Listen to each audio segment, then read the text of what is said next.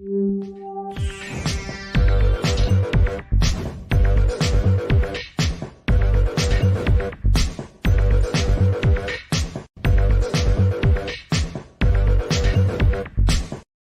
everybody, welcome to the show. You know where you are, the 9 at 9 with me, Tigo. And you know, if you're sitting there, Tigo's got somebody special coming up.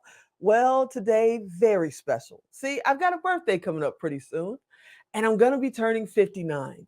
So, aging is really important to me. I'm really enthusiastic about it, but I'm not as active as I should be. So, I thought, who do I call? So, I called Dr. Ron. So, y'all sit right there. We'll be right back.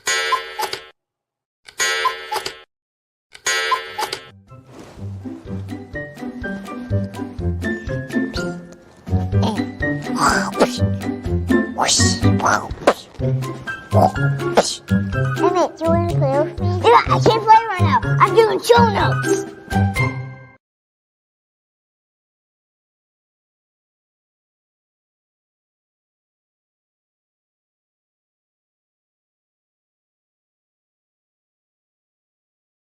Yeah, you heard me right. We got to figure out how, as we get older, we got to get more active, be enthusiastic, enjoy aging. Because I know when my parents started to age, they were like, I'm just going to go sit down somewhere and wait for my time.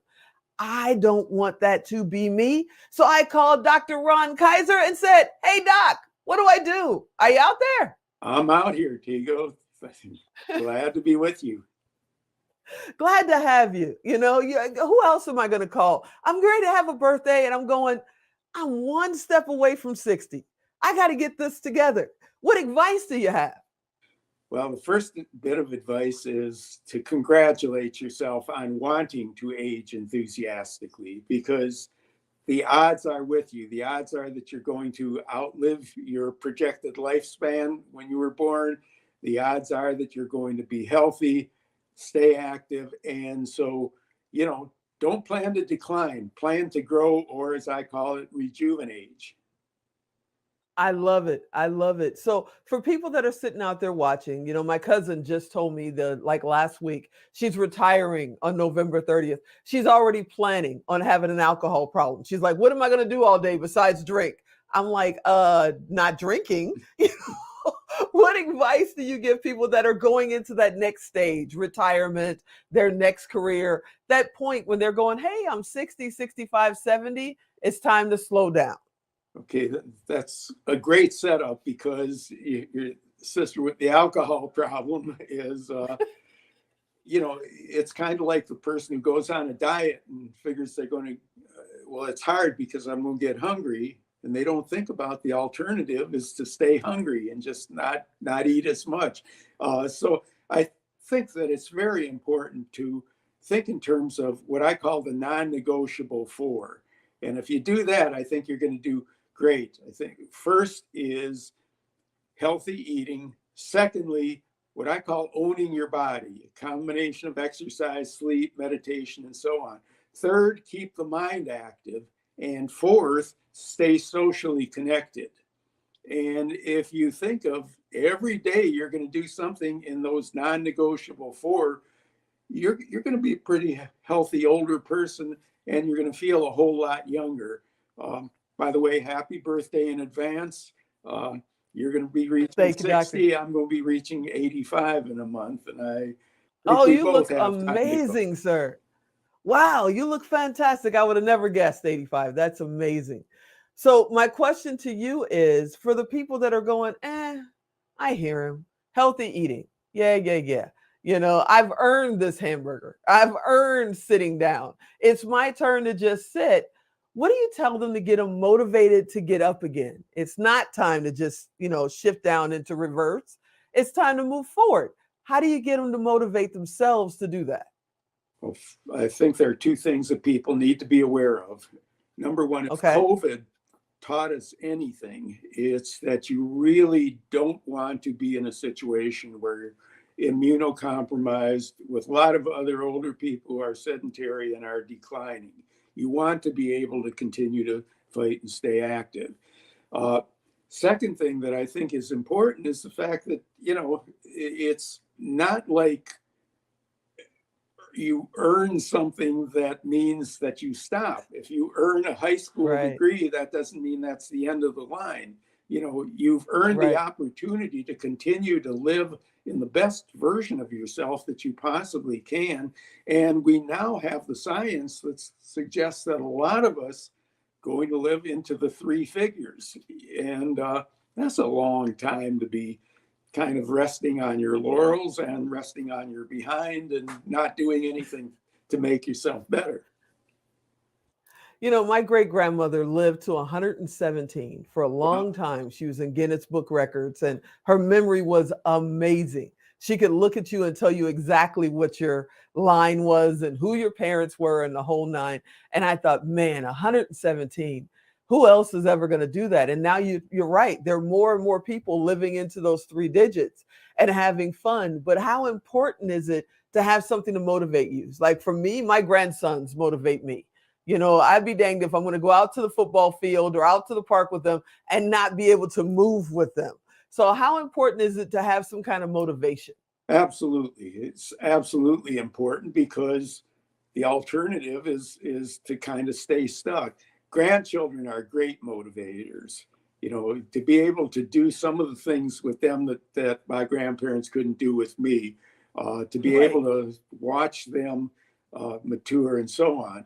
But there are other motivations. When I go to the gym, I try and look at, you know, somebody who is younger than me, grunting and groaning to pick up weights that I can pick up. It's motivating for me to finish a certain number of books in a certain period of time. It's motivating for me when friends who are younger than me call me to go out to lunch or to go out with my wife and myself. I think you build in certain motivations. In my book, Rejuvenaging, the Art and Science of Growing Older with Enthusiasm, I point out 7 keys and 77 different behaviors that people can employ as motivations. And, you know, it's really important to be motivated because it's just like, you know, hey, if you're in school and you're not motivated, it's not magic. You're not going to do very well. And if you're not Yep. motivated in life, the same thing happens. Most definitely. Now, you just mentioned your book. Do you have a copy of that? How can people find it? Okay, glad you asked. It's called Rejuvenaging, the Art and Science of Growing Older with Enthusiasm. And it's available on Amazon. It's available on my website. That's the Mental Health Gym. And where you can get all kinds of other wellness information. Actually working on a revision of the book, and hopefully by next year this time, we'll have some new incorporated things, including the fact that we now have knowledge that we don't have to age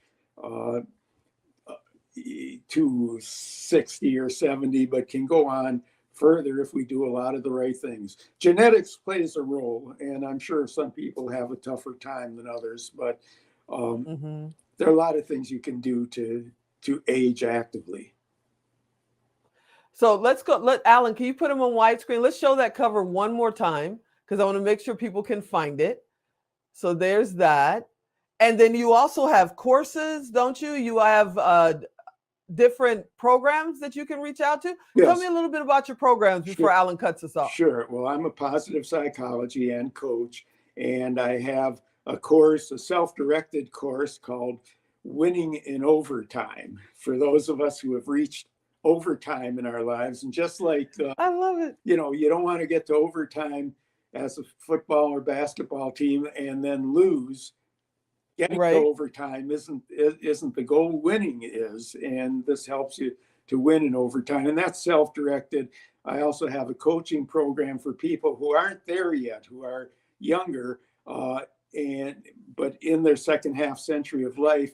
That's called Getting Back in the Game, to get your mojo back, to get everything going and build in the appropriate skills. You can contact me at ron.kaiser@thementalhealthgym.com, and I can supply you with all kinds of ways to get there, as well as there's a lot of other free information. And you can actually join the Mental Health Gym for free. So your website is thementalhealthgym.com. Is that your website? Yes, thementalhealthgym.com.